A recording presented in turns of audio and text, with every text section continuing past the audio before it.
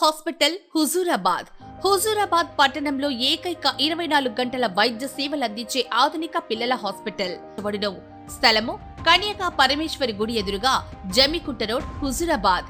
మీ బిడ్డ ఆరోగ్య భద్రతకు సంప్రదించండి. విజేత పిల్లల హాస్పిటల్, కన్యకా పరమేశ్వరి గుడి ఎదురుగా జమ్మికుంట రోడ్, హుజూరాబాద్.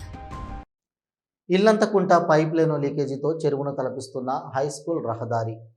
ఇల్లంతకుంట మండల కేంద్రంలో మంగళవారం గ్రామస్తులు సిపిఎం పార్టీ మండల కార్యదర్శి చెల్పూరి రాము మాట్లాడుతూ రోజురోజుకు అభివృద్ధి చెందే మండలంగా ఉండవలసిన ఇల్లంతకుంటలో అధికారుల నిర్లక్ష్యంతో చెరువును తలపిస్తున్న హైస్కూల్ రహదారి అని అన్నారు. పైప్ లైన్ లీకేజీతో రహదారిపైన గుంత ఏర్పడి అది చెరువును తలపించే విధంగా ఉందన్నారు.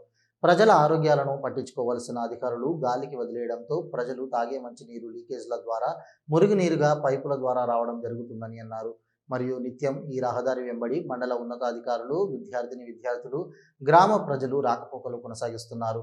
గ్రామాల అభివృద్ధి, రాష్ట్రం అభివృద్ధి, ప్రజలు బాగుండాలి అని, పరిసరాల శుభ్రత పాటించాలని గొప్పగా చెప్పే అధికారులకు ఈ రహదారి వెంబడి లీకేజీ కనిపించడం లేదా అన్నారు. తక్షణమే జిల్లా కలెక్టర్, ఉన్నతాధికారులు స్పందించి ప్రజలకు ఇబ్బందులు కలగకుండా ఈ పైప్ లైన్ లీకేజీ మరమ్మతులు చేసి రహదారుకు మరమ్మతులు చేయాలని అన్నారు. లేని ఎడల ప్రజలను కలుపుకొని ఆందోళన పోరాటాలు నిర్వహిస్తామని ఈ సందర్భంగా ప్రభుత్వాన్ని హెచ్చరిస్తున్నామని అన్నారు. ఈ కార్యక్రమంలో గ్రామ ప్రజలు పాల్గొన్నారు.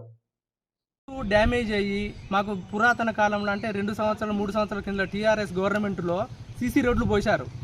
అప్పుడు రోడ్డు లెవెల్ చూడకుండా అప్పుడు రోడ్లు పోయడం వల్ల ఇప్పుడు మాకు ఈ వంపు ప్రాంతం అయిపోయి నీళ్ళు ఆగిపోయి మాకు 2 సంవత్సరాల నుంచి మేము అనుభవిస్తున్న బాధ ఎవరూ పట్టించుకుంటారు. చోద్యం చూస్తున్నారు.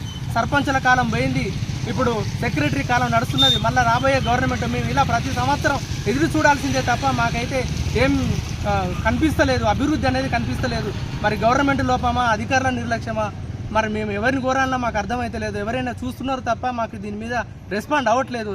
దయచేసి దీన్ని గమనించి మమ్మల్ని తొందరగా మరమ్మతు చేసి అభివృద్ధిలోకి నడిపిస్తే రేపు ఎవరైనా ఓటు వేయడానికైనా, ఓ అధికారి మాట్లాడడానికైనా కొంచెం ఫేస్ వాల్యూ ఉంటుందని మేము ఆలోచించి మాట్లాడుతున్నాం. దయచేసి దీన్ని మరమ్మతు చేయించగలరని మనవి.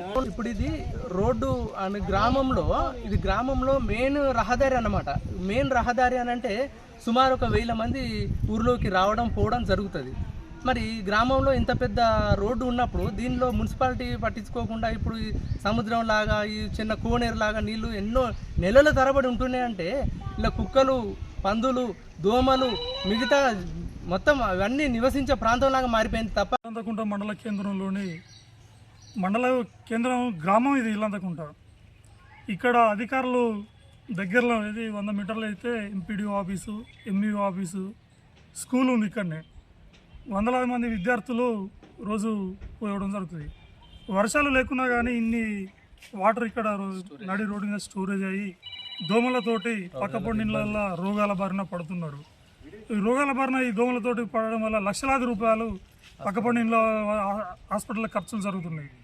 ఇక్కడ ఉన్నటువంటి స్థానిక ఎంపీడీఓ గారు సుతం ఇదే రోడ్డు మీద వస్తూ ఉంటారు, పోతూ ఉంటారు. తనకు కళ్ళు కనిపిస్తలేవా? అదేవిధంగా ఈ గ్రామ కార్యదర్శికి కళ్ళు కనిపించడం లేదా? అసలు ఈ వాటర్ స్టోరేజ్ ఏంది? రాష్ట్ర ప్రభుత్వం కానీ, జిల్లా కలెక్టర్ కానీ ఏం చెప్తున్నారు? వాటర్ స్టోరేజ్ ఎక్కడున్నా ఎంబడే తొలగించాలి, ప్రజలకు ఇబ్బందులు కలగకుండా చేయాలని చెప్పి వాళ్ళ సందర్భాల్లో చెప్పడం జరుగుతుంది. అయినా కానీ వీళ్ళు నిమ్మకు నీరెత్తినట్టు వివరిస్తున్నారు. ఇట్లాంటి అధికారులపైన శాఖాపరమైన, చట్టపరమైన చర్యలు తీసుకొని ప్రజలకు న్యాయం చేయాలని చెప్పి నీ సిపిఎం పార్టీగా ప్రభుత్వాన్ని, అధికారులను హెచ్చరిస్తున్నాను.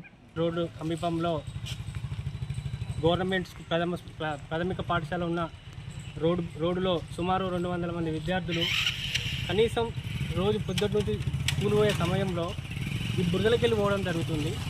ఇది మండల హెడ్ క్వార్టర్లో ప్రధానమైనటువంటి రోడ్డులో అందరూ ఎంపీడీఓ ఆఫీసుకు కానీ, స్కూలుకు కానీ, ఎంఈఓ ఆఫీసుకు కానీ సుమారు రోజు కొన్ని వందల మంది వస్తుంటుంటే కనీసం అధికారుల నిర్లక్ష్య ధోరణి కంటికి కనబడుతుంది. మరి అధికారుల సిబ్బందులు ఎందుకు ఇంత నిర్లక్ష్యం చూస్తున్నారు? ఇది పెద్ద గ్రామమైనటువంటి ఇల్లంతకుంట మండలంలో ఇన్ని సమస్యలు ఉంటే రోడ్డులోనే ఇప్పుడు వర్షాకాలం కూడా కాదు, ఒక్క వర్షం కూడా కొట్టలేదు. వర్షం కొట్టకుండా కూడా గిన్నె నీళ్ళ కాలువ ద్వారా, రోడ్డు ద్వారా ఆగుతుంటే గ్రామంలో ఉన్నటువంటి ప్రజలకు ఇబ్బంది సౌకర్యం కలుగుతలేదా అని చెప్పేసి మేము సిపిఐ పార్టీ మండల కార్యదర్శిగా డిమాండ్ చేస్తున్నాం.